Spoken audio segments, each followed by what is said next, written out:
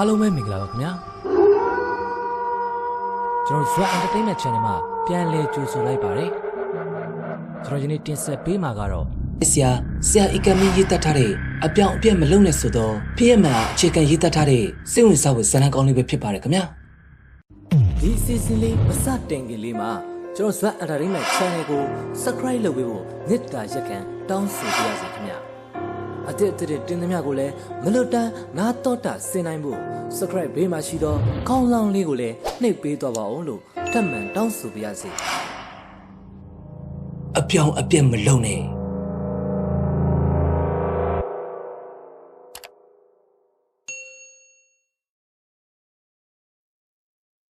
အမေမပြီးသေးဘူးလား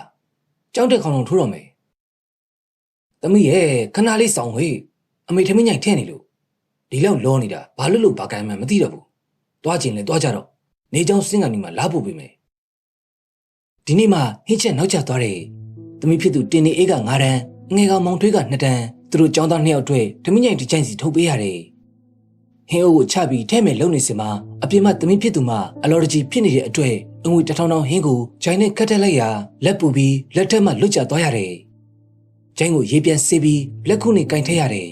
ငရမ်းချက်ကိုတရုံးစီထည့်ပေးလိုက်တယ်ငရမ်းကိုချင်းမောင်ရွက်နဲ့ချက်ထားတာပါကဲပြီးပြီဟေးပြီးပြီကြောင်းထည့်ဖို့လိုပါသေးတယ်ကျောင်းမှာကင်းမင်းကျော်ထားခြင်းလို့အသေးအံဖြစ်နေမဟုတ်လားကြည်အမေကလေ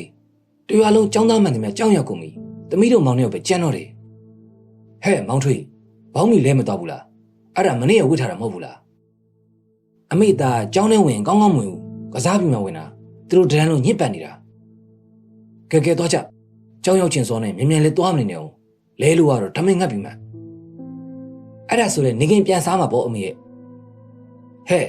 အိမ်ပြန်ဖို့စင်မီကူနဲ့တဲကိုထမိတောင်သွားဖို့ညနေမှပြန်လာမှာမမြကြီးလှမ်းပြောလိုက်တဲ့စကားကိုတင်တီအေးတို့မောင်နှမမကြားတော့ပါဘူးကျောင်းကိုတုတ်ချီတင်ပြီးသွားကြပါပြီကလေးတို့တဘာဝရတဲ့အချိန်ရသရွေ့ကစားကြတယ်ကျောင်းတရံနိုင်ဝက်ခန့်လူသေးတော်လေကျောင်းမှာမကစားရတာဆိုတော့ကြောင့်မိခင်ဖြစ်သူကိုအတင်းလောနေကြခြင်းပါတင်တီအေးတို့အိမ်နဲ့ကျောင်းက9မိနစ်ခန့်ရှောက်နေရောက်ပါတယ်မိုးကုန်းလုံးစပားရိတ်တာနဲ့လယ်သမားကိုင်းသမားမှန်ရင်အိမ်ကိုပိတ်ခါလက်ကွင်းနဲ့ရောက်နေကြပြီကျောင်းသားရှိသောမိဘမြတ်ကထမင်းရိုက်ထဲကပေးလက်ကြတယ်နေကင်းဆိုအိမ်မှာလူမရှိဘူးမိုးရမိုင်းလူကြီးများအိမ်ကက်နိုင်တဲ့အချိန်မျိုးမှာကျောင်းသားလေးများကနေ့လည်စာအိမ်ပြန်စားခွင့်ရကြတယ်ထမင်းစားချိန်အချိန်တနာရီကျောင်းလို့ပေးတာကြောင့်ပြန်စားလို့အချိန်မီတဲ့ကျောင်းသားလေးများကအိမ်ကိုပြန်ပြီးစားကြတယ်ကိုင်းဆက်ရာသီရောက်တဲ့အခါတရွာလုံးနေ့လည်ညနေမိခိုးတိတ်တကားပိတ်ပြီးလဲရဲရောက်နေတတ်တယ်တင်တီအေးတို့မောင်နှမကျောင်းကိုရောက်ခဲ့ပြီးထမင်းချိုင်းနဲ့လွယ်အိတ်ကိုကျောင်းနဲ့အပြေးလွှားဝင်ထားပြီးကစားကွင်းရှိရာသို့ပြန်ထွက်လာကြတယ်။ကျောင်းကအလဲတန်းကျောင်းဖြစ်တာကြောင့်ကျောင်းသား900ကျော်ရှိပါတယ်။ကျောင်းသားကြီးများကမကစားကြဘူး။အတန်းထဲမှာသာအချိန်ပြုံးနေတတ်ကြတယ်။နေကြီးထမင်းစားတော့တင်တီအေးနဲ့မိငိမ့်စုစုအေးချစ်တို့၄ယောက်သာဂျိုင်းကိုစီဖွင့်ပြီးစုစားကြတယ်။လေကွန်းထဲကကျောင်းလာတက်တဲ့အေးချစ်ကကြွက်သားကြော်ပါလာတယ်။အားလုံးအေးချစ်ဟင်းချိုက်ကိုနှိုက်စားကြတာကြောင့်စောစောကုံသွားခဲ့တယ်ဟဲ့ငါဟင်းတွေအကုန်ဝိုင်းလိုက်တာကုန်းသွားပြီနင်တို့ဟင်းတွေငါအကုန်ပြန်စားမယ်စားလေငါတို့ကြွက်သားစားချင်တာအခုမှစားရတာဟာတကယ်စားကောင်းတယ်အေးငါအမေကိုများထည့်ခိုင်းတာဟာဟိုခွဲတီခွဲနဲ့ငါအတွက်များမထည့်နိုင်ဘူးဖြစ်သွားတာအဲ့ဒီမှာဘသူတွေရှိလို့ဟိုခွဲတီခွဲလောက်ရတာလေတဲမှာနင့်အဖေရဲ့အမေရဲ့ကြောင်းမနေသေးတဲ့နင့်ညမရဲ့သူ့ရောက်တဲ့ရှိတာမဟုတ်ဘူးလားအေးလေဟုတ်တယ်ဒါမဲ့ငါအတွက်ဟင်းခုခတ်ထဲတော့အမေကသူတို့အတွက်ချမ်းထားတဲ့ဟင်းဘက်ကန်ကိုမနိုင်စားနဲ့ဖះဆွန်းတော့တင်ရအောင်မယ်တဲ့ပြီးတော့ဖတ်ထဲမှာထမင်းတစ်ပုံနဲ့ဟင်းထည့်ပြီးငါ့ကိုကွေးမိုင်တင်ခိုင်းတယ်ဟေးနင်ကကွေးမိုင်တင်တတ်လို့လားအဖေအမေတို့ကစားဦးစားပြအမြဲတင်နေကြလေငါလည်းသိနေတာပေါ့အမေတို့မအားရင်တင်ခိုင်းနေကြပဲအဲ့ဒါကွေးမိုင်ဖို့အတွက်လဲကြွက်သားဟင်းနဲ့တင်ရသေးတယ်ကွေးမိုင်ဖို့ရဲ့နောက်လိုက်နောက်ပါတွေကိုလည်းကွေးမိုင်ကိုတင်းပြီးဆိုရင်သူတို့ကိုလည်းစားပါတောက်ပါဆိုပြီးပြောရဆိုရသေးတယ်ပြီးမှတဲပေါ်ပြန်တက်ရတယ်ငါမနဲ့ကြောင်းမလာခင်ကြွက်သားဟင်းနဲ့ကွေးမိုင်ကြီးနဲ့နောက်လိုက်နောက်ပါတွေကိုတင်ခဲ့ရသေးတယ်ဟာဒါကြောင့်ဟိုခွဲဒီခွဲနဲ့ငါဟင်းချိုင်နဲ့ဟင်းနေသွားတာကိုပြောတာငါတို့တော့တခါမှမတင်ဘူးဟာနင်အဲ့ဒီကွေးမိုင်ကြီးကိုမြင်ဘူးလားမမြင်ဘူးလေရှိမယ်မထင်ပါဘူးဟာကွန်းပိုင်ရဲ့နောက်လိုက်ဆိုတဲ့တရေတွေလည်းရှိမယ်မထင်ဘူး ဒီတကစာအုပ်စာပြတင်ခိုင်းရင်ရှိတယ်ဆိုရင်မြင်အောင်ပြပါလို့ပြောကြည့်ပါလားဟဲတင်းဒီအေးကလည်းမဟုတ်တာပြောရုံပဲငါဆိုပြခိုင်းမှာပဲနောက်လိုက်တည်းတို့လည်းပြခိုင်းမှာပဲဟဲ့တင်းဒီနင်ကမကြောက်ဘူးလားတရေဆိုရင်တော့ကြောက်တာပေါ့ဟာအမေတို့ကပြောတယ်တရေတစ်စီကညမှထွက်တာတဲ့နေခင်းဆိုရင်တရေတစ်စီမထွက်ဘူးတဲ့သူတို့ကအလင်းအောင်ကြောက်တယ်အဲဒါကြောင့်နေပဲဟင်းတွေထမင်းတွေတင်လဲလာစားမှာမဟုတ်ပါဘူးဟာစကားပြောရင်ထမင်းစားနေကြရပါသမျှအားလုံးကုန်သွားခဲ့ပြီကျောင်းရှိကရေတွင်းမှာခြံများကိုတွားစီလိုက်ကြတယ်ထမင်းစားပြီးတော့အချိန်နိုင်ဝက်ခန့်ရပါသေးတယ်ဒါကြောင့်ကျောင်းရှိကကစားကွင်းသို့တင်းနေအေးတို့တင်ငချင်းတစုထွက်လာကြတော့တယ်နောက်တနေ့အဲ့ဒီနေ့ကစနေနေ့ဖြစ်တာကြောင့်ကျောင်းပိတ်ပါတယ်တဲမှာအလုပ်ရှိတာကြောင့်အမေကထမင်းဟင်းချက်တာနဲ့တောင်းထဲကိုထဲနေတယ်ကဲစောင်းစရာတွေယူကြဟိသွားကြမယ်တင်းနေအေးတို့မောင်နှမနှစ်ယောက်လေးတဲကိုလိုက်သွားကြမှာဖြစ်ပြီးညနေမှပြန်လာကြမှာပါမိခင်ဖြစ်သူကထမင်းတောင်းရွက်တယ်တင်းနေအေးကမောင်ထွေးအားလက်ကိုဆွဲပြီးနောက်မှလိုက်ခဲ့ကြတယ်ရွာကထွက်တာနဲ့လက်ကွင်းတစ်ပြင်လုံးစပားများမရှိတော့ဘူးစပက်နံကောက်လိုက်စီများတလင်းနဲ့လဲနဲ့တိုက်သွင်းပြီးပုံထားပြီးပြီလက်ကွင်းထဲမှာနွားမောင်းတန်အော်တန်ငေါက်တန်မြန်မြန်ကြားနေရပါတယ်စပားသိမ့်ပြီးကိုက်ဆိုင်ထေထိုးထွန်းဆွဲဂျန်ုံရိုက်နေအောက်ဆန်းမပြတ်ခင်အားချင်းလုတ်ကန်နေကြရတယ်တင်းဒီအေးတို့လက်ကွင်းသို့ရွာမနိုင်ဝက်ခန့်ရှောက်လာကြရတယ်တဲကိုရောက်တော့ဖခင်ဖြစ်သူကဂျန်ုံရိုက်နေပြီထေထိုးပြီးနေတရေလှမ်းထားသောထေမီစာကဲများကိုချိန်မွတ်သွားစီရင်အတွက်ဆဲချောက်သွားတက်ထားသောကုတ်ကူသာအနိတုံးကိုနွားဖြင့်ဆွဲစစ်ပြီးတတော်ဆက်သွားအောင်ရိုက်ရပါတယ်မကြင်မညက်မြေစာကဲများကိုထုံနဲ့ပြန်ပြီးဖွားကဂျန်ုံတပြန်ရိုက်ရသေးတယ်မြေစာများမုံမုံညံ့ညံ့ဖြစ်သွားရင်မြောင်းဆွဲပြီးငရုတ်မြေပဲပြောင်းဆေးရွက်ကြီးစိုက်လို့ရတယ်တင်းနေအေးတို့သားမိထမင်းတောင်းကိုတဲအတွင်းမှာဝင်ထားပြီးလက်ကွင်းထဲကိုဆင်းကမြေစာပေါင်းမြများတောင်းထဲကောက်တက်ပြီးကသိန်းရိုးပေါ်တောပုံကြတယ်မြေစာအမြင့်များမြေကြီးတဲ့ကြံခဲ့ပါကကိုင်းပင်များကြီးထွားလာတဲ့မြသူတို့ကလည်းရှင်သန်ကြီးထွားလာကြတယ်အမြင့်များ6ရန်အတွက်နေ3ရက်လောက်ကသိန်းရိုးပေါ်တင်းလန်းပြီးမှမိရှုပ်ပြရတယ်17နာရီခွဲပြီးတော့ဖခင်ဖြစ်သူဂျန်တို့ရဲ့ချင်းကိုရန်နာလိုက်တယ်တင်းတင်းအေးတို့သားအမိကတဲကိုပြန်ရောက်နေကြပြီတဲကယာယီတစ်ဖက်ရက်မြေဆိုင်တဲဖြစ်ပါတယ်။နှွေအခါနာနာနေနေထိုင်နိုင်ပြီးမိုးအခါမှာထိုတဲကိုဖျက်ရတယ်။လူတယောက်နှစ်ယောက်ညအိပ်ရန်စင်ထိုးထားပြီးရှေ့ဘက်ကိုကနပြင်းထိုးထားတယ်။ထိုကနပြင်းအပေါ်မှာဘူးပင်ကိုတင်ထားတယ်။ဘုံညုံဘူးဒီအားပေါများစွာစားတောင်းရတယ်လို့အေးမြတော့အရေးကိုလည်းရစီပါတယ်။ဘူးစင်အောင်မှာထမင်းဝိုင်းဖွဲ့စားကြတယ်။ဖျားချန်ကင်းပြီးနေခင်ပိုင်းဒီတမောကြောဆန့်အိတ်ကြတယ်။ညနေ2နာရီကျော်မှလေကွင်းထဲကိုပြန်ဆင်းကြတယ်။ဟဲ့မောင်ထွေးမင်းအဖေကိုအတန်ပြုလိုက်ထမင်းပြင်းပြီးပြီလို့မောင်ထွေးလည်းနွားရည်တိုက်ပြီးကစင်းရုပ်အနီးမှာနွားလန့်နေတဲ့ဖခင်ဖြစ်သူကိုလှမ်းပြီးအတန်ပြုလိုက်တယ်တင်းတီအေးသမီးလာအောင်ခဏရော့ဒီငပြောပဲယူသွားပကံထဲကိုထမင်းနဲ့ဟင်းထည့်ပုံပြီးအဘိုးကိုမိုင်ကြီးကိုတင်းမြောက်ပါတာပါတယ်လာပြီးသုံးစားပါလို့ပြောပြီးကစင်းရုပ်ပေါ်တင်းထားခဲ့လိုက်အမေငပြောဘက်ထဲတခါတည်းပုံထည့်လိုက်ရမှာလားမပုံနဲ့ပကံအတိုင်းတင်းထားလိုက်အောင်ငပြောဘက်ကိုဘေးမှာထားခဲ့တင်းတီအေးလေမိခင်ခိုင်းတဲ့အတိုင်းထမင်းပုံထည့်ထားသောပကံကိုကသိန်းရိုးပေါ်တင်ပြီးဗဆက်မအဘိုးကွင်းပိုင်အားပြောဆိုဆက်တနေပါတယ်ပြောဆိုမှုပြီးတာနဲ့တဲတဲကိုပြန်ဝင်လာခဲ့လိုက်တယ်ခဏအကြာမှာတော့ကဲသမီးတင်းနေပကံသွားယူလိုက်ပကံထဲကထမင်းတွေဟင်းတွေကိုငပြောဘက်ထဲပုံထည့်လိုက်အဘိုးရဲ့နောက်လိုက်နောက်ပါတွေစားကြတောက်ကြပါလို့ပြောဆိုခဲ့ဘာလဲအမေအဖိုးရဲ့နောက်လိုက်နောက်ပါတွေကတရေတွေလားအမေတဲ့ဒီကောင်မလေးခိုင်းရင်ခိုင်းနေတယ်လောက်တာမဟုတ်ဘူးစကယ်ကျော်ကရှင်းနေရသေးတယ်တင်းနေအေးလေကသိန်းရိုးပေါ်မှာပကံကိုယူလိုက်ပြီးအဘိုးသုံးဆောင်ပြီးပြီဆိုရင်အဘိုးရဲ့တပတ်နောက်လိုက်များအာရပါရသုံးဆောင်ကြပါလို့ပြောဆိုပြီးငါပြောဘက်ပေါ်ပုံပေးကတဲတဲကိုပြောင်းဝင်လာခဲ့လိုက်တယ်နောက်ပြီးလက်ဆေးပြီးထမင်းစားတယ်ဘဲပုံငချောက်ကိုခန်းကြီးသီးနဲ့ချက်ထားတဲ့ဟင်းတစ်ခွက်နဲ့ငပိတိုးစရာသာပါပါတယ်ထမင်းစားပြီးနိုင်ဝက်တောင်မကြလိုက်ပဲတဲအတွင်းမှာအလုံးနီးပါးအိပ်ပျော်ကုန်ကြပါပြီနေ့လယ်2နာရီခန့်ရောက်တော့ဖခင်နဲ့မိခင်တို့နိုးလာခဲ့တယ်ညနေ9နာရီခန့်ရောက်တော့အလုတ်သိမ်းပြီးပြန်ရင်ပြင်ကြတော့တယ်သမီးဒီနေ့မောင်လေးကိုလက်ကဆွဲပြီးရှေ့ရတော့နေ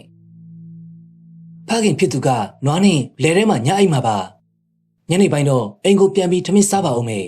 ပြီးမှတဲကိုပြန်သွားပြီးစပားပုံများကိုစောင်းရင်အိမ်မှာဖြစ်ပါတယ် တင်နေအေးကမောင်ထွေးရဲ့လက်ကိုဆွဲပြီးတဲပြင်ကိုထွက်သွားတယ်။ကတင်ယူပေါ်မှာနေကင်းကပုံထားတဲ့ထမင်းနဲ့ဟင်းအနှဲငယ်ကိုတွေးလိုက်တယ်။တဲထဲမှာခွေးမရှိပေမဲ့တဲနီနာချင်းခွေးများကတော့ဖြတ်သွားဖြတ်လာရှိပါတယ်။ထိုခွေးများတွားလာရင်ထမင်းပုံကိုစားသွားနိုင်တယ်။လက်ကျွပ်များကလည်းစားနိုင်တယ်။ငှက်များလည်းစားသွားနိုင်တယ်။ဖက်ထဲမှာအနှဲငယ်သာကြံခဲ့တယ်။ဒါကိုကြည့်ပြီးတင်နေအေးကဒါတရေစားသွားတာဖြစ်မယ်။မောင်ဟာသေးဘူးလား။စားချင်အိမ်လိုက်ခဲ့လေ။ဟဲ့မိတင်ဘာပြောလိုက်တာလဲ။အော်သမီးနီးလေကကြွေးတာစားလို့မောင်ဟာသေးရင်အိမ်မှာလိုက်စားလို့ပြောလိုက်တာ။ဟာဒီကောင်မလေးတော်တော်ပေါက်ရှာပြောတယ်။တော်ကလေးစကားအမှန်မမှန်နဲ့တော်မိခင်ဖြစ်သူကစိုးရင်စွာပြောပြီးထိုနေရာကထွက်လာခဲ့လိုက်တယ်။ဖခင်ဖြစ်သူကတော့တဲအတွင်းကလိုက်မလာသေးပါဘူး။နွားများကိုများပုံကျွေးနေပါတယ်။မိခင်ဖြစ်သူကတင်အေးအားနောက်ကိုပြောကောင်းမှမသိမပြောကောင်းမှမသိပြောချင်ရင်ရှောက်မပြောနဲ့နော်။တေးချာမှတ်ထားသမီး။မိခင်ဖြစ်သူရဲ့ပြောစကားအားကြားသီလားမကြားသီလားမသိမောင်ဖြစ်သူနဲ့အတူအနီးကအပြေးထွက်သွားကြတယ်။ကိုစိုးမြင့်ဟေးရှင်သမီးနဲ့တာကိုအော်ပါအောင်ကြောချက်လဲနေမှာဖြင့်နောက်ကမိလာတဲ့ခင်မဖြစ်သူအားရှေ့ကအပြေးသွားနေသောကလေးများအားလှမ်းပြီးဟန်တားစေလိုက်တယ်။ဟေးမောင်ထွေးတို့ခဏရအောင်အဖေနဲ့အမေကိုစောင်းဟဲ့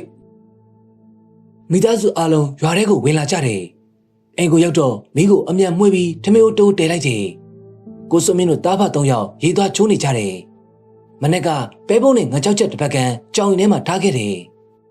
တက်ချန်ထဲကိုဆင်းပြီးကျုပ်တော်လုံးနှိုက်ယူခဲ့ကဗကန်ထဲကိုဖောက်တက်ပြီးကျုပ်မှုကြော်လိုက်တယ်။ဓမင်းလည်းချက်ပြီးကျုပ်လည်းကြော်ပြီးမိခဲကိုရှော့လိုက်ပြီးငပိရီအိုးကိုမိဘပေါ်တင်ထားပြီးရေတစ်ခွက်တောက်လိုက်တယ်။ထို့နောက်ရေချိုးရန်ထွက်လာခဲ့လိုက်တယ်။အားလုံးရေချိုးပြီးထမင်းစားကြတဲ့အခါမှာတော့တင်းနီအေးကထမင်းတစ်ပကံစားပြီးဝိုင်းနောက်သို့စုပ်ထိုင်ကဆယ်ကျိုးတလုံးမျိုးပုံစံမျိုးနဲ့ထိုင်းနေပါတယ်။ဒါကြောင့်ဖခင်ဖြစ်သူကဟဲ့ကောင်းမလေးလက်သွားစီလီဘာထိုင်လုံနေလဲကိုစိုးမြင့်ကတမဖြစ်သူကိုအော်ငေါ့ပြောလိုက်ပေမဲ့တင်းအေးလေးကမောလို့ပင်မကြည့်ပဲခေါင်းကိုသာငုံထားပါတယ်ဟဲ့ဘာဖြစ်တာလဲငါ့ကိုမော့ကြည့်တယ်တင်းအေးကစက်ကနေမော့ကြည့်လိုက်တယ်မျက်လုံးကတော့မျက်မှောင်ကုတ်ထားတယ်ပြီးတာနဲ့ခေါင်းကိုပြန်ငုံသွားတယ်ဒီကောင်မလေးဘာဖြစ်သွားလဲထိုချိန်မှာပဲတင်းအေးကရုတ်တရက်ထန့်ကိုပြန်ပါတယ်ဟဲ့တင်းအေးဘာဖြစ်တာလဲမေးလို့လည်းမဖြေပဲငိုလို့သာနေပါတယ်ဒီကောင်မလေးလမ်းမှာဘာဖြစ်လာလို့လဲဘာမှမဖြစ်ပါဘူးတော့ပြေးလွှားနေလို့ချော်လဲမဲ့စိုးရင်နေတာဘာမှမဖြစ်ဘူးဒါဆိုဘာဖြစ်သွားတာထမင်းစားနေရုတ်တရက်ဖြစ်သွားတာနည်းနည်းတော့စမ်းနေဟာကဲထမင်းစားပြီဆိုလဲတင်းနေတော့မယ်ရှင်းသမီးကိုကြည့်ထားအောင်မမြကြီးကစားပြီးသားပကံများကိုထပ်ပြီးမိဖို့တွေကိုဝင်သွားပါတယ်ထမင်းစားကုန်ကိုစိုးမြင့်ကဆွဲထောင်လိုက်တယ်ထိုအချိန်မှာတော့ဝုန်းနဲ့ဆိုပြီးတင်ဒီအေးကကျမ်းမြင့်ဘက်ကိုပြစ်လဲချသွားပါတယ်ပြီးတော့ခန္ဓာကိုယ်ကတောင်းတောင်ကြီးဖြစ်နေတယ်ကလေးရဲ့ဗစက်ကလည်းလူကြီးအတန်လိုမျိုးငိုတန်လိုညညူတန်ကြီးထွက်ပေါ်လာပြန်နေကိုစိုးမြင့်ကမမြကြီးအနီးကိုသွားပြီးငါအမေကိုသွားခေါ်လိုက်အောင်မယ်အမေကိုမေးကြည့်ခိုင်းရင်အပြေသိမှာပဲကိုစိုးမြင့်ရဲ့မိခင်ကရွာလယ်မှာနေပါတယ်ဖះတရားကန်ရှမ်းပြီးပြောကကိစ္စကိုလည်းအနှဲငယ်နားလဲတက်ကြွပါတယ်10မိနစ်ခန့်အကြာမှာတော့ကိုစုမီမိခင်ဒေါ်လုံးတင်လိုက်လာခဲ့တယ်ဒေါ်လုံးတင်ကအသက်50ကျော်ခန့်သာရှိပါသေးတယ်ကိုစုမီပြောပြထားတာနဲ့ဘာဖြစ်နိုင်နေဆိုတာကိုသဘောပေါက်သွားတယ်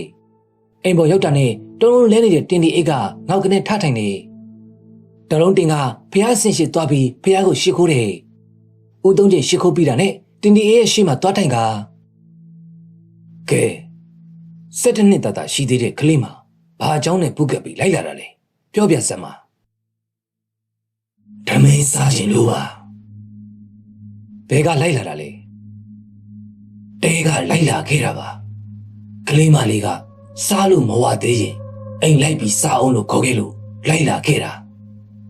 ကျွေးမဲ့ထင်းပြီးစောင့်နေတာမကျွေးလို့သူ့မှာဝင်ဖို့ကန့်နေတာကလေးဆိုတာပြောချင်ရပြောတာပဲအမှန်ဆိုပြီးတွားယူလိုက်တော့အခုမစားရမတော့ရဖြစ်သွားတာပေါ့ဟုတ်လားဟုတ်တယ်စားပြီးပြန်မလားပြန်မယ်ဟဲ့စိုးမြင့်နဲ့မြကြီးကြားတယ်မဟုတ်လားစားပြီးပြန်မဲတယ် ခိုးခတ်ပြီးအိမ်ရှိမှာဖက်နဲ့သွားပုံပေးလိုက်ဟိုထမင်းရောဟင်းရောမကြံတော့ဘူးမေကဲဒီလိုလို့အခုကလေးကထမင်းစားဖိတ်တယ်လူကြီးတွေကမသိလို့စားလိုက်ကြတယ်မနက်ဖြန်ညနေ6 နာရီအိမ်ရှိမှာထမင်းနဲ့ဟင်းပုံပြီးကျွေးမယ်အမေသာဟင်းချက်ကျွေးမယ်ဖြစ်လားအသေးချာပြောပါမနက်ဖြန်ကျွေးမယ်ဆိုရင်ဖြစ်တယ်မနက်ဖြန်ညနေ6 နာရီအမေသားဟင်းနဲ့ပုံကျွေးမယ်အဲ့ဒီတစ်ချိန်မကျွေးမယ်အဲ့ဒီအချိန်လားစားပါအခုကလေးရဲ့ကိုမပူးကနေရကခွာပေးပါခွာပြီးရင်ကိုနေရကိုပြန်ပါမနက်ဖြန်ညနေမှလားစားပါ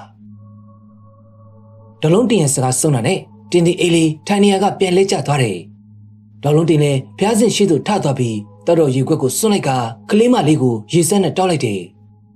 ကလေးမလေးတတိပြန်ရလာပြီးထထိုင်လိုက်တယ်ထိုအခါဖခင်ဖြစ်သူကဘာတွေဖြစ်သွားလဲဆိုတာသိလိုက်လားသမီး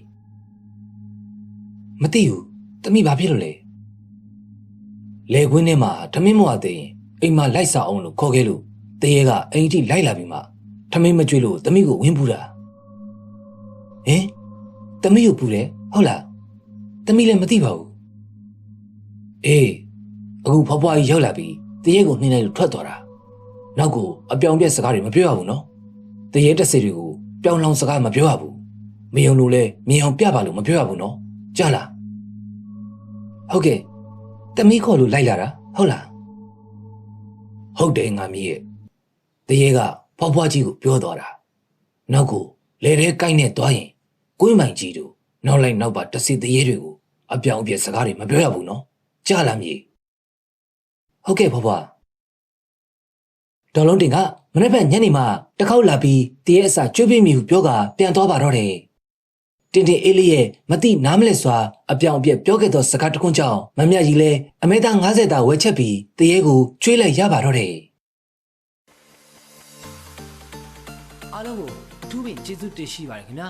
ကျွန်တော်အခုဇာတ်လမ်းလေးကိုပြီးဆုံးသည့်တိုင်အောင်နားတော်တာဆင်ပေးသလိုနောက်ပုတ်ကျွေမှာလည်းယခုကဲ့သို့ပြီးဆုံးသည့်တိုင်အောင်နားတော်တာဆင်ပေးပါအောင်လို့မြစ်တာရက်ခံတောင်းဆိုပြရစီခင်ဗျာအားလုံးပဲကိုယ်စိတ်နဲ့ပဲကြမ်းမှချမ်းသာကြပါစေခင်ဗျာ